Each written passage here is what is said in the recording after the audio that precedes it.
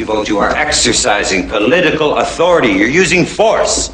And force, my friends, is violence, the supreme authority from which all other authority is derived.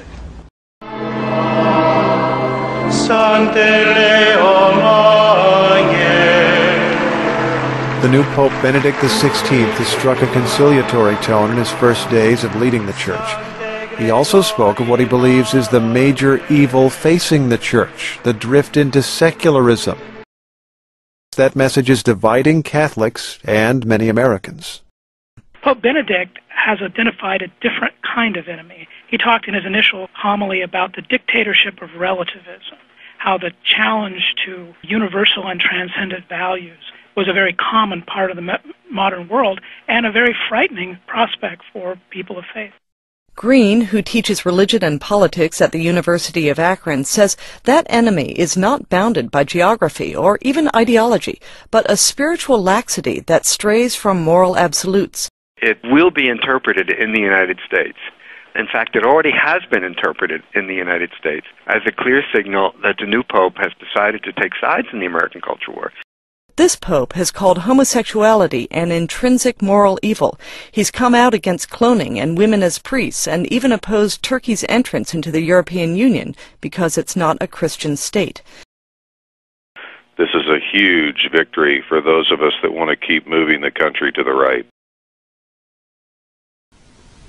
But there is another very important phase of warfare. It has as its target not the body, but the mind of the enemy. We stand with President Bush. We stand with President Bush for right to life and for voluntary prayer in the public schools.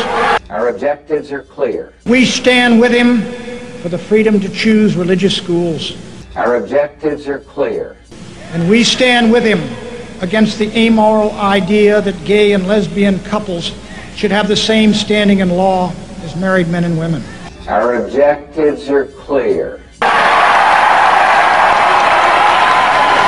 These wonderful 25 weeks of our campaign, the saddest days were the days of that riot in L.A. Out of that awful tragedy can come a message of hope.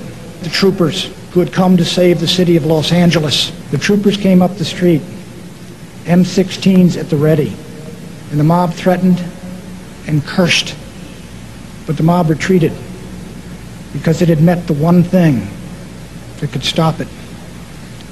Force rooted in justice and backed by moral courage. And as those boys took back the streets of Los Angeles, block by block, my friends, we must take back our cities and take back our culture and take back our country. God bless you and God bless America.